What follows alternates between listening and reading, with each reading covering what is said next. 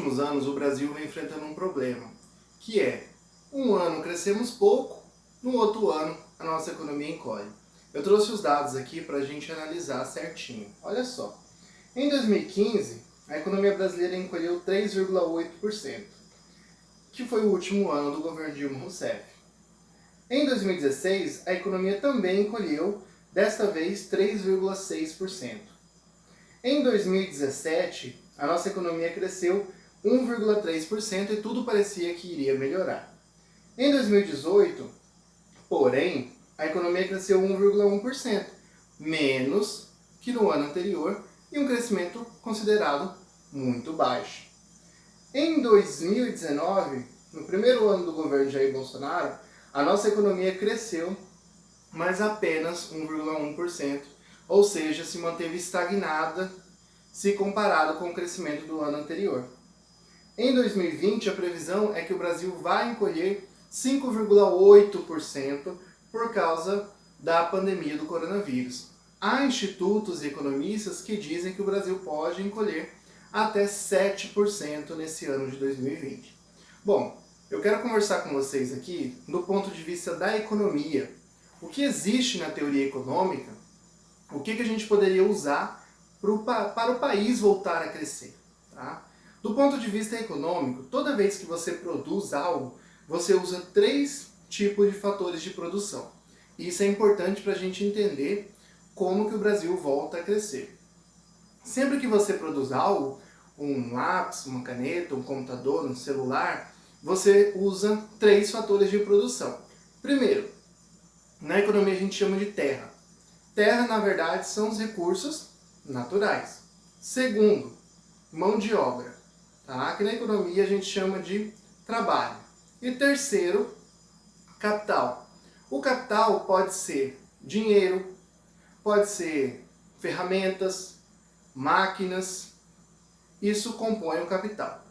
Vamos analisar desses 3 pontos de vista como que o Brasil poderia voltar a crescer analisando os fatores de produção. Do ponto de vista dos recursos naturais, ou seja, da terra, a gente poderia aumentar a exploração dos recursos naturais. Quando a gente fala de ouro, prata, petróleo, seria descoberta de novos poços de petróleo, de novas jazidas, mas isso não é muito fácil de fazer. Bom, talvez um pouquinho de pesquisa e desenvolvimento nessa área possa ajudar um pouco, mas não é tão simples, não dá para contar com 100% de certeza que a pesquisa vai resultar em aumento na descoberta desses recursos naturais. Pode ser que o nosso território já tenha chegado ao limite do que ele pode dar do extrativismo mineral e vegetal. Tá? Então, principalmente do mineral. Então pode ser que a gente tenha chegado no limite. Pode ser. Ainda do ponto de vista dos recursos naturais, nós poderíamos aumentar a área agrícola e a área da pecuária no Brasil. Ou seja, poderíamos desmatar e deixar mais espaço disponível para a agricultura e para a pecuária. Talvez essa seja a análise que o atual governo faz. Vamos aumentar a quantidade de terras na Amazônia e no Pantanal que vão ser utilizadas pela pecuária e pela agricultura. Se você aumenta a terra agrícola e aumenta a terra usada para a pecuária, obviamente que essas atividades geram riquezas, o país pode crescer baseado nessa estratégia. Talvez essa seja a análise que o atual governo Jair Bolsonaro utiliza.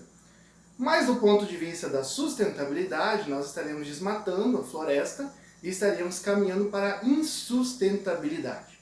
Então há uma crítica aí relacionada à questão do meio ambiente. Vamos para agora para o segundo fator de produção, trabalho. Existem algumas formas do país voltar a crescer em relação ao trabalho. A primeira forma seria, vamos aumentar a produtividade do trabalhador brasileiro. Como que aumenta a produtividade do trabalhador? Incentivando a escolaridade e cursos profissionalizantes. Tá? Profissionalização. Na verdade, essa profissionalização aí pode ser cursos profissionalizantes, cursos técnicos ou até mesmo faculdade. Mas tudo passa pela educação, pela escolarização. Fazer o ensino fundamental, fazer o ensino médio, fazer um curso técnico, um curso profissionalizante, uma faculdade, um mestrado, um doutorado. Ou seja, se você aumenta a escolaridade da sua população, você aumenta a produtividade da sua mão de obra. Essa seria uma estratégia, só que isso não surte efeito no curto prazo, como, por exemplo, desmatar a floresta para aumentar a terra agrícola. Isso é uma coisa que você faz em poucos meses. A escolaridade da população, a gente está falando de décadas. Então pode demorar 20, 30 anos, foi o que aconteceu na era Meiji no Japão, por exemplo. Tá? Mas isso no Japão demorou 30 anos, 40 anos. Então a gente não está falando de algo que vai acontecer em um ano. Então não é uma estratégia para o ano que vem, nem para esse ano. A outra estratégia é, quando a população aumenta, isso diminui o custo da mão de obra para as empresas e as empresas passam a contratar mais e passam a produzir mais. Então, quanto maior a população, maior tende a ser o PIB do país, tá? Em teoria. Então, se isso é verdade, nós podemos usar duas estratégias. A primeira estratégia seria: vamos incentivar o aumento da taxa de natalidade. As pessoas tendo mais filhos, a mão de obra vai ficar mais barata, as empresas vão gastar menos, vão ter um lucro maior, vão reinvestir na empresa e assim a economia vai crescer.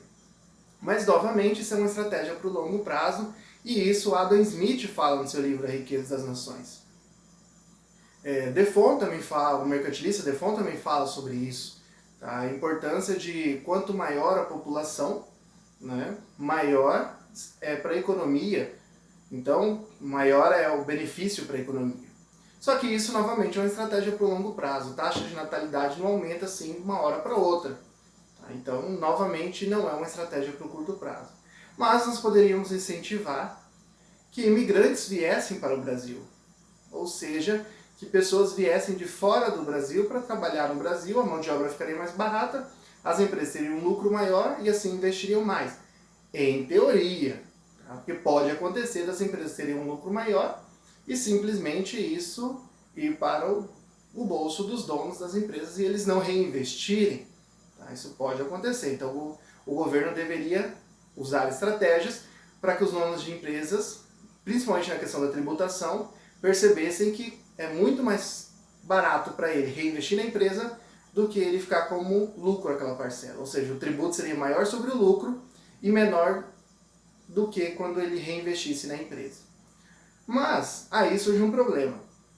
Imigrantes só vão para um país quando o país está em crescimento econômico.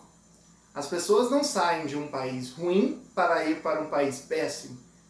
Então, se as pessoas só vão vir para o Brasil se elas verificarem que no Brasil elas têm uma oportunidade de vida melhor do que no país delas. E atualmente o Brasil não oferece muitos atrativos para as populações de outros lugares do mundo. Talvez nós só tenhamos uma vantagem em relação a países que estejam em guerra. Mas só. Tá? Não vejo o Brasil atraindo população de outros países que não estão em guerra, como Uruguai, Argentina, Chile, Paraguai. Não vejo o Brasil conseguindo atrair a população desse país, principalmente aquela população com uma escolaridade maior ou com um nível de experiência em profissões chaves muito importantes. Essas pessoas provavelmente elas vão querer ficar perto dos seus parentes, perto da sua cultura, dos seus costumes mesmo, e não vão querer vir para o Brasil. Então, novamente, você só atrai mão de obra estrangeira, e principalmente mão de obra estrangeira qualificada, quando o seu país já está em crescimento. Então, nós não teríamos como resolver esse problema atraindo mão de obra. Infelizmente, porque a situação do Brasil é complicada. Mas vamos analisar agora o terceiro fator de produção, capital. Esse é mais complicado ainda se a gente analisa a teoria econômica para achar uma resposta para o Brasil atual. Porque o capital, e o principal capital que você consegue expandir aqui é o dinheiro, como que você consegue fazer o país ter mais dinheiro? Simples, quando você aumenta o investimento estrangeiro. O investimento estrangeiro direto, quando ele monta uma empresa no seu país, ou aquele investimento estrangeiro na bolsa de valores, no mercado financeiro. Mas o investidor estrangeiro só resolve investir no seu país quando ele verifica uma boa oportunidade de lucro. No caso do Brasil, no investimento estrangeiro direto, nós não estamos nada atrativos nos últimos anos, porque as empresas brasileiras não estão conseguindo vender, o mercado interno brasileiro encolheu, infelizmente, as nossas exportações, principalmente de matéria já industrializada, não é competitiva fora do Brasil. A nossa infraestrutura, energia, estradas, saneamento básico, é muito ruim. Então, nós não oferecemos diferenciais para as empresas que queiram vir atuar no Brasil, de forma como investimento estrangeiro direto, ou seja, abrir uma empresa no Brasil. Nós não somos atrativos atualmente. Nós poderíamos também pensar do ponto de vista do investimento no mercado financeiro. Esse é um pouquinho mais fácil de você conseguir atrair para o Brasil. Só que no caso do ponto de vista do investimento na bolsa de valores, as empresas brasileiras também têm que oferecer um retorno sobre esse investimento. E a bolsa no Brasil, nos últimos meses principalmente, ela vem sofrendo uma queda muito grande. Ela tinha passado de 100 mil pontos, né? A bolsa de valores é medida em pontos, e ela tinha chegado aí a 110, 115 mil pontos, e aí ela voltou para 80 mil pontos, porque o mercado financeiro reagiu mal, né, às últimas políticas do nosso governo atual e ao cenário econômico também, principalmente por causa da pandemia. Tá? Então a gente tem que fazer justiça ao caso aí, que é principalmente por causa da pandemia, e o mercado financeiro ele acabou fugindo do Brasil. E o mercado financeiro é muito mais fácil você atrair capital pelo mercado financeiro do que investimento estrangeiro direto, ou seja, abrindo empresas no Brasil. Mas também não estamos atraindo. Agora, o que os economistas dizem sobre o crescimento no Brasil? Quando eu digo economista, os principais nomes da economia. Adam Smith ele vai dizer o seguinte: para que um país possa se tornar rico e crescer, ele tem que aumentar a divisão do trabalho. Ou seja, cada pessoa tem que ser especialista numa pequena tarefazinha. Tá? Uma pessoa vai ser especialista em marketing, uma pessoa vai ser especialista em vender fruta, outra pessoa vai ser especialista em fazer a tela do computador, ou seja, cada pessoa vai ter uma profissão. Não é assim a profissão administrador ou contador, não. Você vai ser contador tributário, você vai ser administrador especializado em marketing, você vai ser vendedor de frutas, não vendedor de qualquer coisa, vendedor de frutas. Você vai ser um pedreiro especializado em fazer assentamento de tijolos, você vai ser um pintor especializado em pintura interna, o outro vai ser um pintor especializado na parte de fora da casa. Quanto maior for a divisão do trabalhador, quanto mais especialistas você tiver numa economia, mais essa economia cresce. Só que para a economia crescer, é preciso que haja demanda. Ou seja, é preciso que as empresas tenham uma quantidade de clientes muito grandes. E as empresas só têm clientes muito grandes quando a economia está se expandindo. Outra forma de você aumentar a demanda dos produtos no seu país é quando você melhora a infraestrutura logística. Tá? Quando você melhora a questão do transporte, segundo Adam Smith. Porque quanto melhor o transporte do seu país, mais as empresas conseguem vender para regiões mais longe de onde o produto é produzido. Ou seja, uma indústria lá no Rio Grande do Sul pode ter uma divisão do trabalho grande porque ela consegue vender para pessoas que estão em São Paulo, Rio de Janeiro, Mato Grosso, Rondônia, Piauí, Rio Grande do Norte. Por quê? Porque nós teríamos ferrovias no Brasil, teríamos transporte fluvial no Brasil, teríamos boas estradas, então essa empresa poderia vender para regiões longe sem perder a lucratividade. Tá? Então, do ponto de vista do Adam Smith, a gente tem que aumentar a divisão do trabalho para o Brasil voltar a crescer, e aí isso passa novamente pela questão da educação. Porque como que você cria uma mão de obra especializada? É através da educação. Então, novamente nós voltamos para esse ponto. E aí o segundo ponto, a segunda estratégia seria melhorar a nossa matriz de transporte no Brasil. Esse seria o caminho segundo Adam Smith. E segundo Karl Marx? Bom, vocês devem lembrar que Karl Marx ele estuda muito o capitalismo, mas ele não acredita que o capitalismo não funcione. Mas segundo Karl Marx, a única forma de ele não funcione do ponto de vista do longo prazo. Tá? Adam Smith não acredita que o sistema capitalista vai ser um sistema que vai durar muito tempo, mas isso aí é um assunto para outra aula. Quem quiser estudar, nós temos a aula aqui no canal, na playlist sobre teoria econômica, nós temos lá a aula sobre Karl Marx, a aula 1 e a aula 2, tá? E nós vamos criar uma playlist aqui só sobre escola marxista, tá? Mas Karl Marx vai dizer o seguinte: quando a economia capitalista cresce? A economia capitalista cresce quando ela explora a mão de obra. Então a forma de um país crescer é quando ele explora o seu trabalhador. Então que caminho o Brasil deveria fazer para voltar a crescer? Na verdade o Brasil já até fez. Foi a reforma trabalhista. Porque a reforma trabalhista, do ponto de vista da teoria marxista, ela seria o seguinte: você está tirando direitos trabalhistas para que o trabalhador fique mais barato para as empresas, e aí as empresas vão aumentar a sua produção, porque contratar vai ficar mais barato, então as empresas vão contratar mais, vão reinvestir mais, e o país vai voltar a crescer. Essa seria a forma do país voltar a crescer, que foi o que defendeu-se, né, de uma forma ou outra, mais velado, talvez não dizendo as palavras diretamente, mas foi o que foi defendido, né, durante a reforma trabalhista, que era: vamos tornar o trabalhador mais barato, a mão de obra mais barata, para que as empresas possam reinvestir. Tá? Então, do ponto de vista da teoria marxista, nós poderíamos, não que Marx defenda isso, mas Marx iria dizer que é assim que o capitalismo funciona.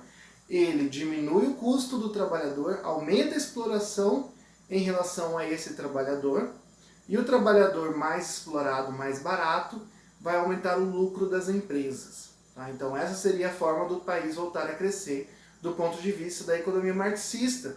Então vocês podem analisar aí se essa forma seria viável, ou se é viável, será que seria desejável para o país, tá, nos próximos anos? E aí do ponto de vista de John Maynard Keynes, tá, conhecido mais somente como Keynes, Keynes dizia o seguinte, que o capitalismo ele pode funcionar, mas ele possui algumas falhas, e essas falhas que impedem o capitalismo de alcançar o seu apogeu. Duas principais falhas que o capitalismo possui ele concentra muito a renda e ele não consegue atingir o pleno emprego, ou seja, sempre há um desemprego no capitalismo.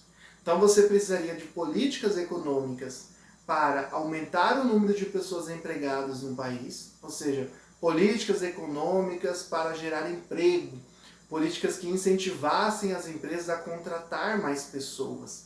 Então essa seria uma forma do país voltar a crescer. E a segunda seria políticas de distribuição de renda, porque o capitalismo concentra muito a renda.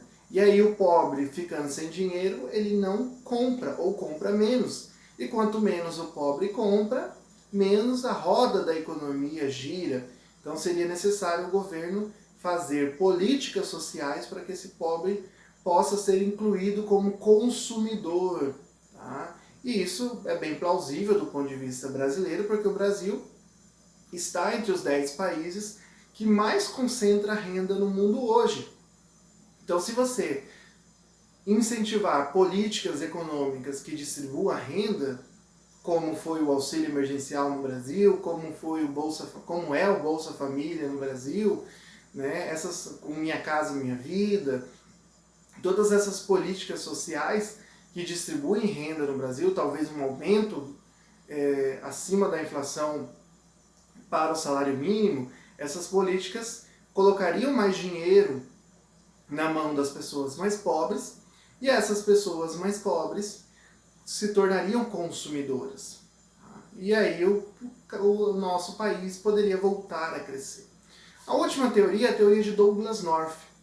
Douglass North é conhecido como um dos teóricos da nova economia institucional, ou NEI.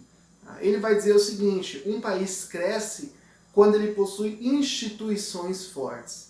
Os agentes econômicos passam a confiar nesse país. E o que é instituições fortes? Instituições são as regras do jogo, são as leis e normas de um país. Então, se o nosso judiciário fosse forte, o país poderia crescer. Se o nosso executivo, o nosso poder republicano, né, aqui no caso representado pelo poder executivo, fosse forte, nós teríamos um crescimento econômico. Tá? Se o nosso poder legislativo fosse forte, nós teríamos mais confiança, teríamos mais investidores, agentes econômicos ficariam mais incentivados a investir no Brasil, ou seja, se a nossa república, né, como eu falei para vocês, nosso poder republicano, os nossos três poderes, né, que são os três poderes da república, fossem fortes, o poder executivo, o poder legislativo, o poder judiciário, os três poderes fossem fortes no Brasil, mais o Ministério Público, e eles passassem segurança para os agentes econômicos, do ponto de vista do Douglass North, isso faria com que os investidores se sentissem atraídos para investir no Brasil, do ponto de vista direto, investir em empresas no Brasil, né, ou do ponto de vista do mercado financeiro. Tá? Então, as instituições precisam ser fortes para atrair dinheiro dos investidores. Essa seria a forma do Brasil voltar a crescer, segundo Douglass North.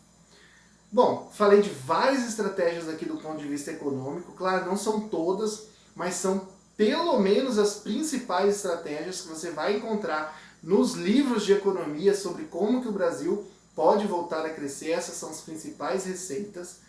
E aí, eu quero saber de você agora. O que você acha? Qual estratégia seria a melhor para o Brasil voltar a crescer? E você acha que o governo atual talvez usaria essa estratégia, ou você acha que precisaria de um outro governo para investir nessa estratégia que você considera a melhor? Coloca aqui no seu comentário, vamos fazer um bate-papo. Eu gosto disso, eu gosto de ver a opinião das pessoas.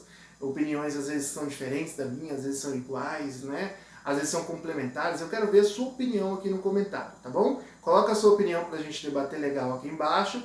E eu aguardo vocês até no nosso próximo vídeo sobre atualidades econômicas e sociais. Valeu, galera. Tchau, tchau.